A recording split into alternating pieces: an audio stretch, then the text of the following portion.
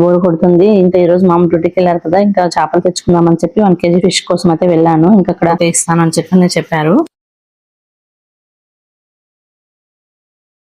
సరే అన్నాను. ఇంకా తూకం కూడా వేయలేదు. మొత్తం 5 చేపలు దగ్గర ఒక 3.5 kg అలా ఉంటుంది. సరే అని తీసుకొని వచ్చాను. ఇంకా కొద్దిగా తలలు తోకలు అయితే ఇంకా ఇప్పుడు ముందుగా పెనం పెట్టుకొని దానికి కొద్దిగా జీలకర్ర, మెంతులు, ధనియాలు అన్ని వేసుకుని దోరలుగా వేయించుకొని మిక్సీ జార్లో అయితే తీసుకున్నాను. ఒక పెద్ద నిమ్మపండు సైజు చింతపండు తీసుకొని వాటర్ వేసి కొంచెం నానబెట్టుకుంటున్నాను. ఇప్పుడు కొద్దిగా పెద్ద ఆనియన్స్ తీసుకొని నీట్ గా కట్ చేసుకొని వేసుకొని మొత్తం మెత్తగా పేస్ట్ చేయాలైతే మిక్సీ పట్టుకున్నాను. ఆ తర్వాత కడాయిలో కొద్దిగా ఆయిల్ వేస్తాను. ఆ తర్వాత 2 పచ్చిమిర్చి చీలికలు తీసుకొని వేసుకున్నాను. కొద్దిగా అల్లం వెల్లుల్లి పేస్ట్ అయితే వేసుకుంటున్నాను. మనం వేసుకున్న అల్లం వెల్లుల్లి పేస్ట్ కొద్దిగా పచ్చివాసన వెళ్లే వరకు వేయించుకోవాలి. ఇంకా తర్వాత మనం మిక్సీ జార్లో పెట్టుకున్నాం కదా ఆనియన్స్, జీలకర్ర, అవి ఆ పేస్ట్ కూడా వేసుకొని అవి కూడా కొంచెం బాగా మిక్సీ పట్టుకోవాలి. 3 టమాటాలు అయితే ఈ విధంగా మొత్తం పేస్ట్ చేసి అయితే వేస్తున్నాను. ఈ మసాలాలను పచ్చివాసన పోయే వరకు ఆయిల్ పైకి తేలే వరకు అయితే వేయించుకోవాలి బాగా. ఇలా ఇష్టపడిన వాళ్ళు ఆనియన్, టమాటా సన్నగా కట్ చేసి కూడా వేయించుకొని, మాకు ఇలా చేస్తే ఇష్టం కాబట్టి మేము ఇలానే చేసుకుంటున్నాము.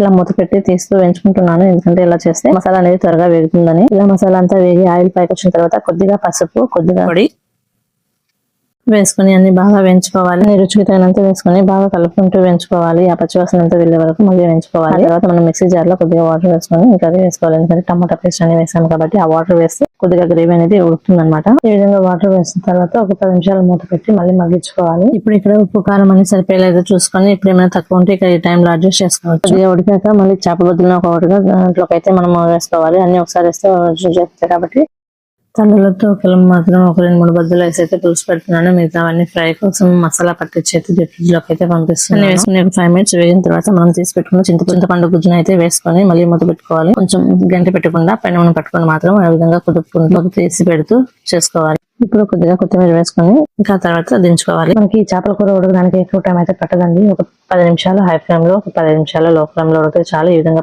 ఆయిల్ అనేది పైకి వెళ్తుంది. ఇలా తేలినప్పుడు మనకి కూర గ్రేవీ అయితే బాగుంటుంది. లోకి కానీ రైస్ లోకి కానీ చాలా బాగా అయితే ఉంటుంది అనమాట. నేనైతే రైస్ లోకి అయితే సర్వ్ చేసుకుంటున్నాను. టేస్ట్ కూడా చేస్తున్నాను అనమాట. చాలా బాగా అయితే కుదిరింది. మీరు ఒకసారి ట్రై చేసి మీకు ఎలా వచ్చిందో కామెంట్ సెక్షన్ లో కామెంట్ చేయండి. ఏమైనా డౌట్స్ ఉంటే మెసేజ్ చేయండి. ఇలాంటి మంచి రెసిపీ కోసం మన ఛానల్ ని సపోర్ట్ చేయండి. సబ్స్క్రైబ్ చేసుకోండి. Thanks for watching. By by.